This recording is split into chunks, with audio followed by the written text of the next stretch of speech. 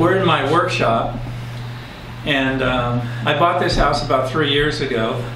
The only requisite I had was that it had to be 3 bays, so I could take one of the bays and convert it to a workshop.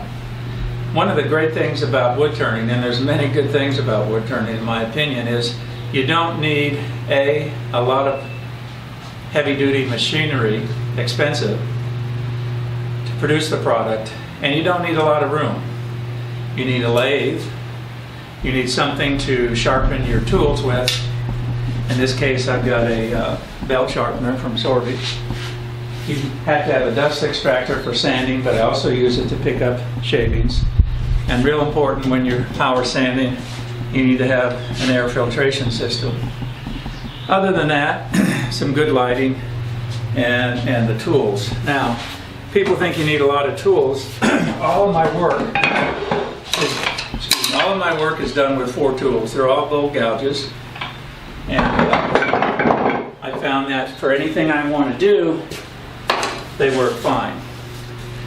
I'm turning on a Powermatic, 2 horsepower, which for my purposes works very well.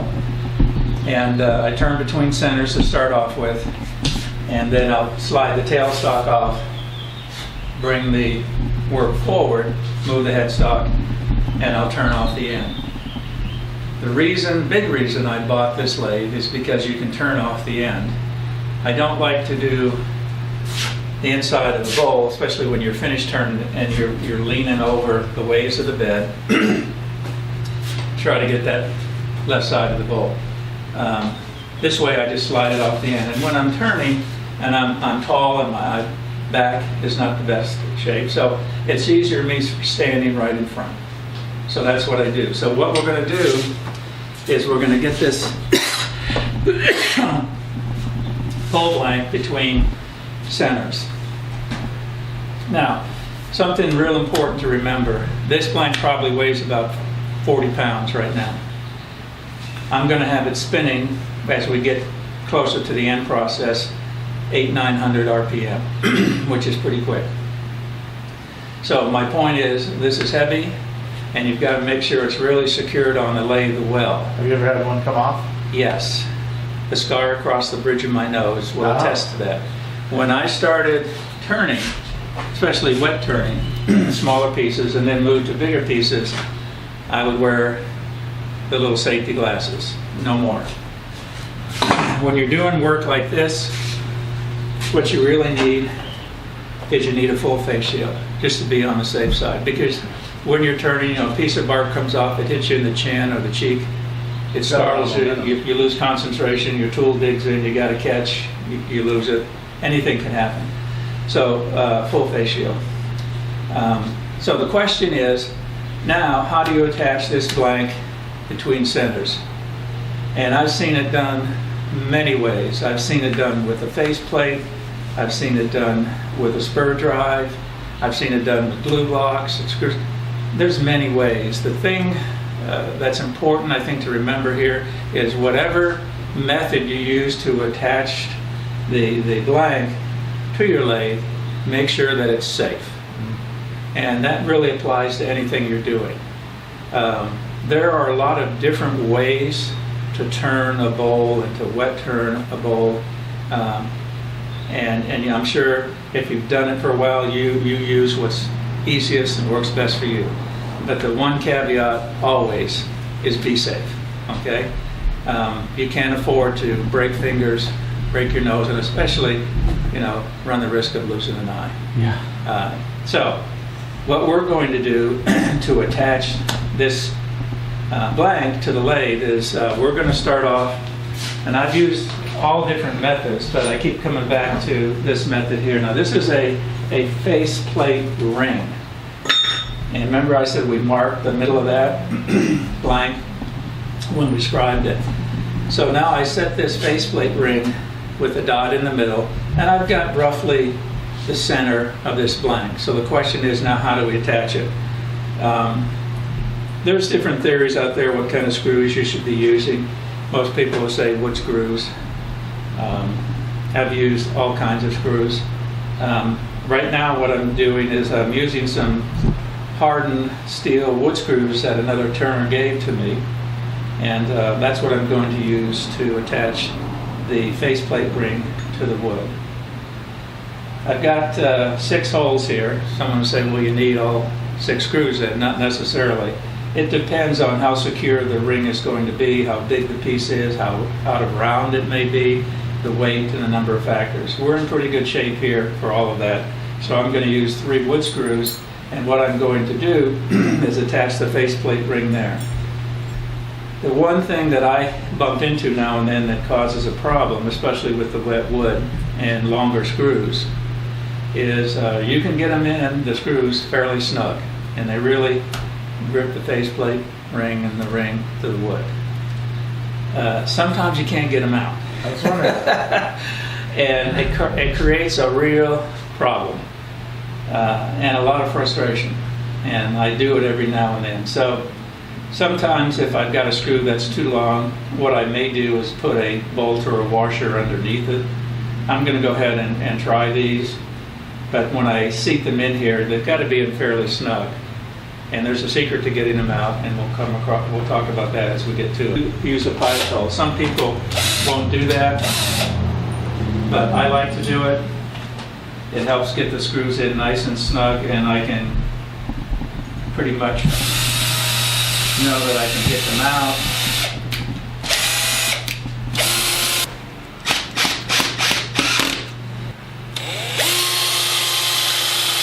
Those break bits.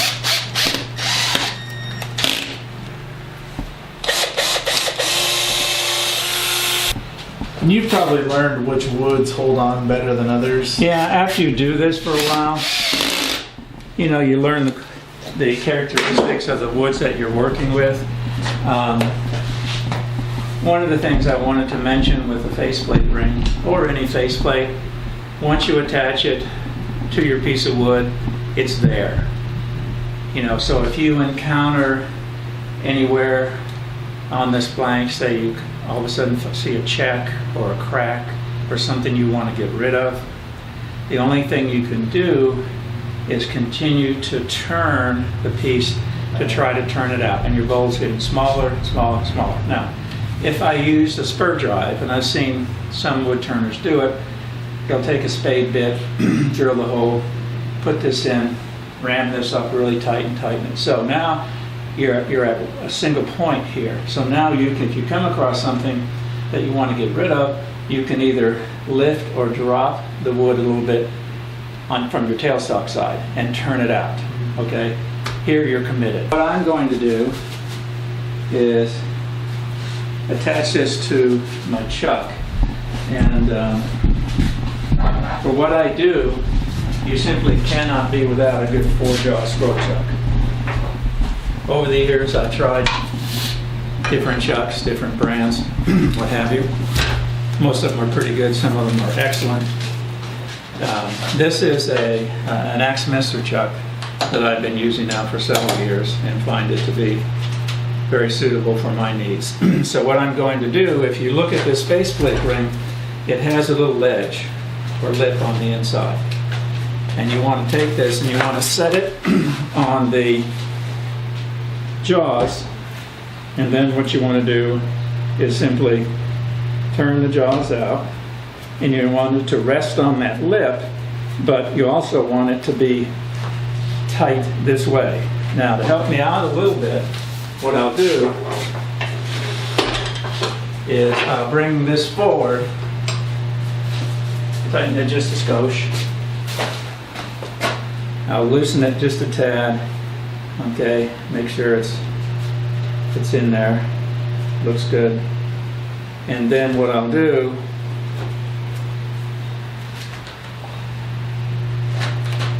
now, let's tighten that.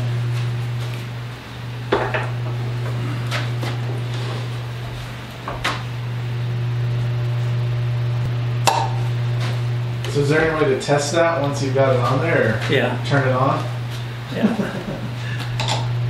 You just have to make sure that the inside of the faceplate ring is seated properly against the outside edge of your Scroll Chuck. So now we've got it on.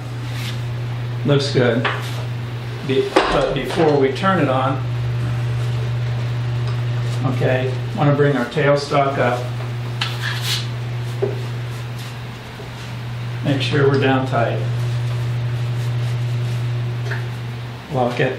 Word of caution, always, this is variable speed, and I left the speed where I was turning last, so you can see it's pretty high. I want to always double check, bring it down. I bring it down to 0. I turn the lathe on. The lathe is on now. Now I'll slowly ramp it up. Now the question is, well, how fast do you go? I like to turn fast, but not so fast that your lathe is really vibrating. That's not good. Now, when you start turning and it comes in, the bowl blank comes into round, you can turn faster because the piece on the lathe is in round and you don't get that vibration. So someone will say, well, how do you judge that, you know, how fast? And I tend to do this. I've got a nice light here, it's attached to my headstock, and I look at the bottom rim and I determine my speed by how much that shade on that light is vibrating. Now I'm up to 340 to start. That's pretty good actually. So that means that we did a pretty good job cutting this with a chainsaw, okay, and it's in round. So we're all locked down nice and tight. Headstock, tailstock, we're screwed in tight, so we're pressing the wood in. We've got our banjo and our tool rest locked tight. Now what I will do to start off with, and this is only to start off with, is I'll wear a glove in my left hand when I'm wet turning, rough turning, when I'm holding the tool, because that's closest to the piece of wood, and you have wood sometimes break off, bark, what have you, and you're going to get hit generally in this hand.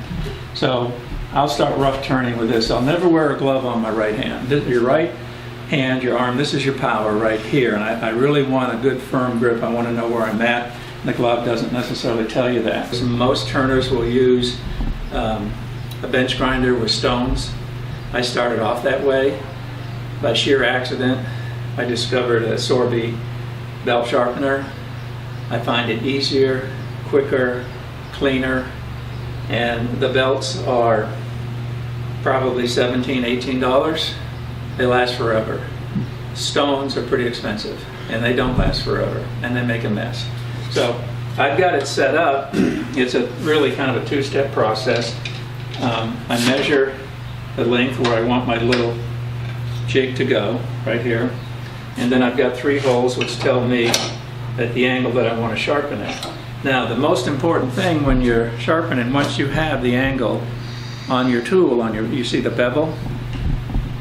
In my opinion, the most important thing is when you're turning, you want to repeat that bevel shape, that angle precisely every time that you sharpen your tool. Okay? And if you can do that freehand, I take my hat off to you, I really do. But most people use most turners use some sort of a jig. So this is what I'm using.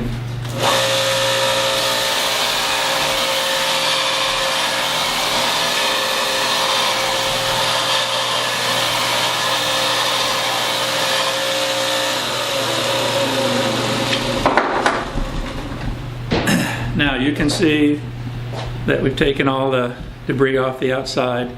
Nice shiny surface, your bevel, and it's at that same angle. And it makes a lot of difference when you're turning, because I want to spend my time here turning, not How often sharpening. do you have to sharpen? You know, it depends on a number of factors. Number one, first of all, the wood. If you've got something really dense and somewhat brittle, especially when you're finished turning, you'll sharpen a lot. Wet turning doesn't make that much difference because you're not looking for a pristine surface here. The objective here is to get a rough bowl shape quickly.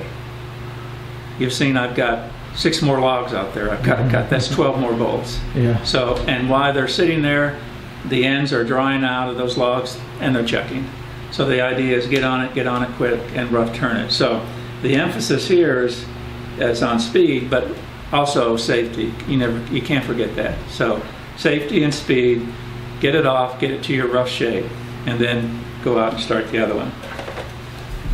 Now, what I will do is I generally will start on the end, because it comes this way. You want to be cutting uphill, up against grain. So I'll start and work this way. And then when I've done that, I'll attack the bottom. And before I cut the foot or the spigot to reverse it, I'll true up this surface as well.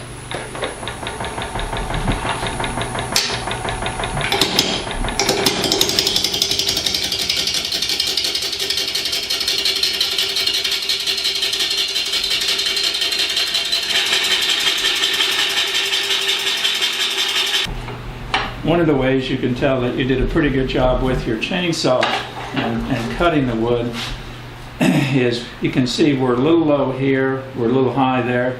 If this was on a spur drive, I probably adjusted at the tailstock, but we're not that far off. So I'll keep working now, but I'll take more from the bottom. We're pretty good up here for the time being.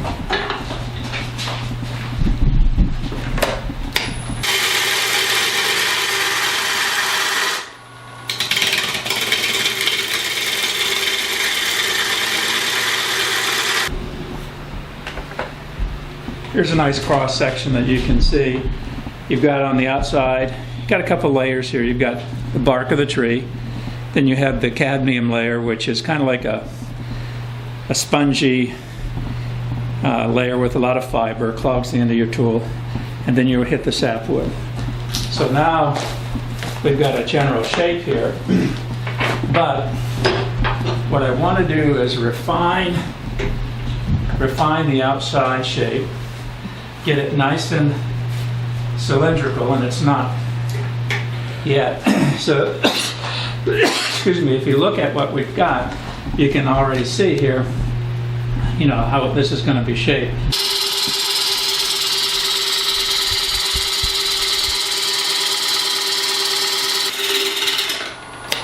Now, a couple of things you can do to make sure that you've got it nice and round and a flat surface. You can notice when you're cutting, especially if you've got a lighter tool. If the tool is still bouncing around a little bit, you've got work to do. If it's running fairly smooth and steady, you're getting closer. Plus, when you turn your lathe on, you can always look down, and you can see actually that piece of wood, if it's got a little shadow or it's doing a little vibration. That means it's not totally in round yet. When it's totally round, there's a solid, smooth, steady line there. No vibration, no shadow. So we've got some work to do. I'm going to take a little bit off the bottom again, work on that, and then we'll move to the top.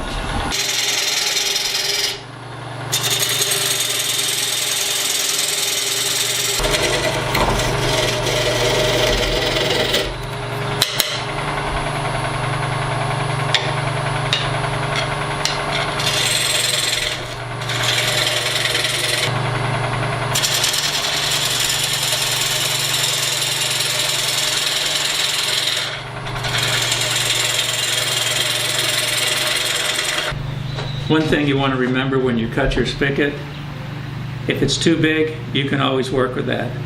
If it's too small, you're screwed. Of course, you've got to go back and recut this, and we don't want to do that. So roughly what I'm trying to do is just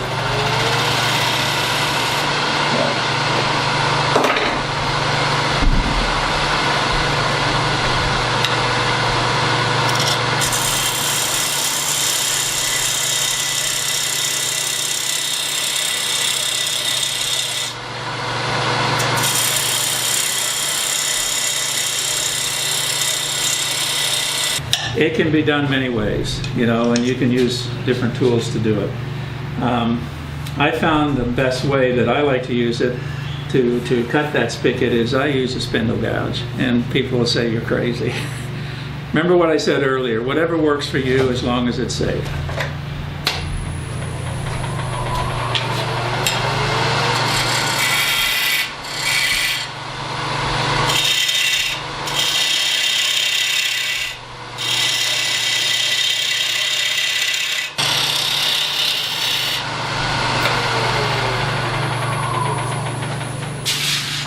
Okay, so now we've got our spigot there. This is the base.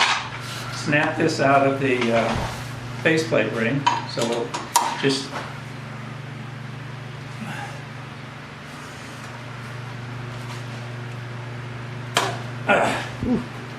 so we've loosened that. Okay, so here's our ring. We turn this around so we can take the inside of the bowl out, and all we have to do is put the spigot, seat it in the jaws of the chuck. It's probably a little big, but we can still work with that. So now we want to push forward. We want to make sure that the jaws of the chuck are seated on the spigot. The spigot goes snug up against the top and on the sides, and then you can just simply go in and tighten that down. Good.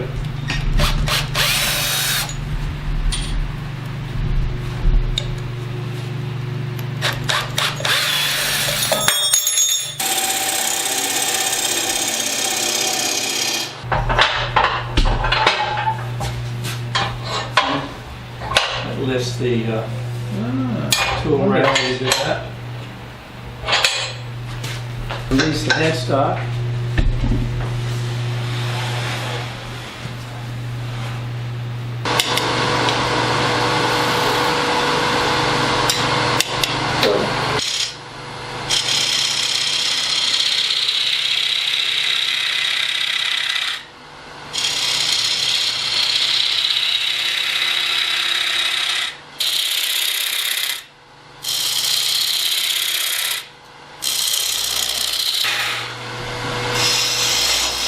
Generally, they'll say if the bowl is 12 inches in diameter, for example, you want to leave your wall thickness when you're wet turning about 10% of that.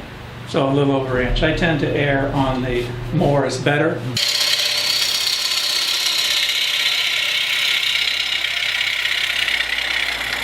Is you're hitting the outside of the bowl now, the sapwood region, so you see the white sapwood coming through, so you know you're not too far away. We probably got, I don't know, 1/4 of an inch there, and we're where we need to be. This bowl has very high moisture content right now. It's wet wood, obviously.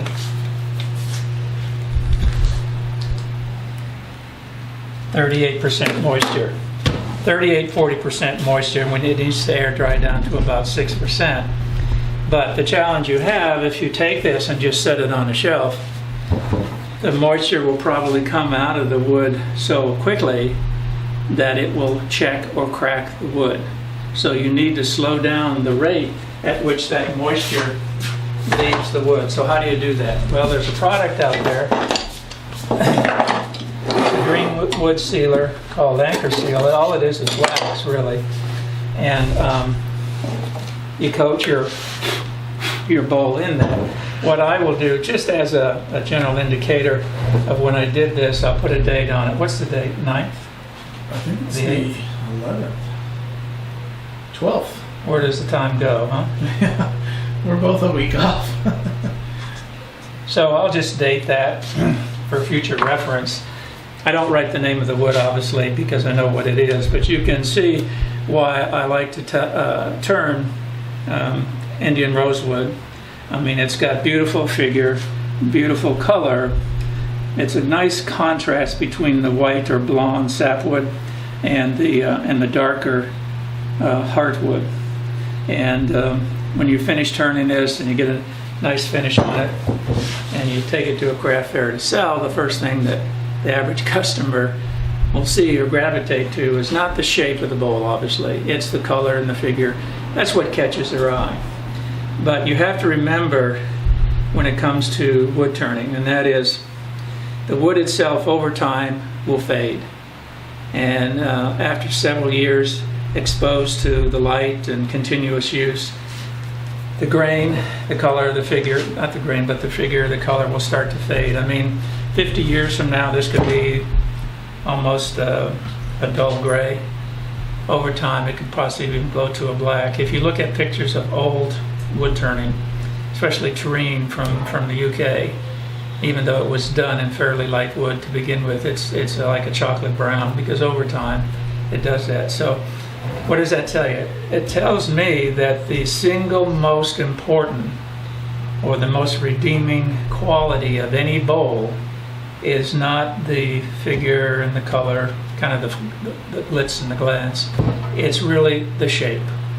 Because if the wood is dried and you finish turning it when it's dry, the one redeeming quality is going to be the shape of the bowl, not the figure, not the color. That will go with time, but the shape will always be there. So your focus really is on creating that perfect shape that's balanced and feels good in your hands. That's what I strive to do. I haven't got there yet, but I continue to do that. I try to do that with every bowl I turn. So what we're going to do now is we're going to mop on some of this green wood sealer, and then after we do that, then what we'll do is we'll set this bowl aside for a day or two, let the wax dry, and then I will bring the bowl inside and put it on a table for the next 6 or 8 months.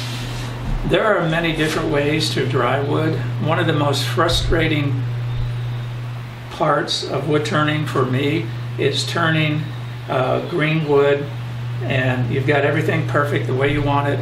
You set it aside, and in a couple of months you start developing checks or cracks, generally emanating from where the pith was or on the side grain.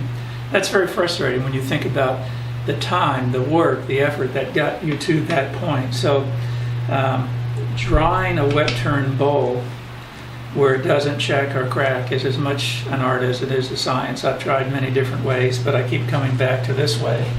And so what I'll do now is I'll just simply really coat this. What you want to keep in mind is don't go sparingly with the wax emulsion, especially on the end grain of your bowl. Go ahead and get it on as thick as you can. The main thing is you're covering all the wood surfaces of the bowl, all the outside surface.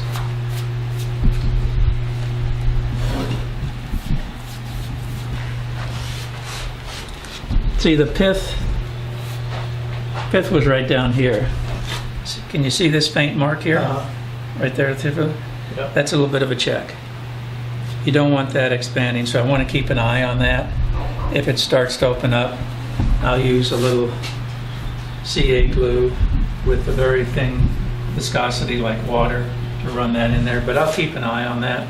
It's not showing on the inside, just on the top a little bit, which is good. If I had caught that when I was rough turning, I'd have probably just turned that off, but it's there now, and it is what it is. So we went from a log to the wet turned.